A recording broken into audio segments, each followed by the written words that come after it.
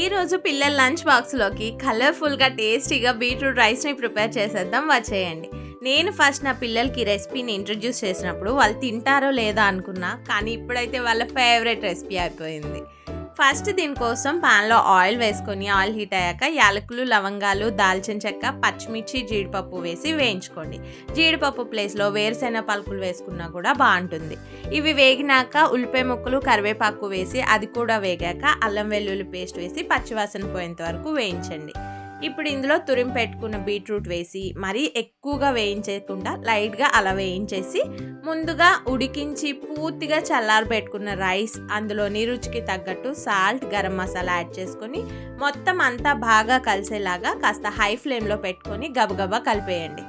ఇంకా ఫైనల్గా ఇందులో కొత్తిమీర వేసుకుంటే మనకి టేస్టీగా బీట్రూట్ రైస్ రెడీ అయిపోతుంది. ఒకసారి ట్రై చేసి ఎలా వచ్చిందో నాకు కామెంట్లో చెప్పండి.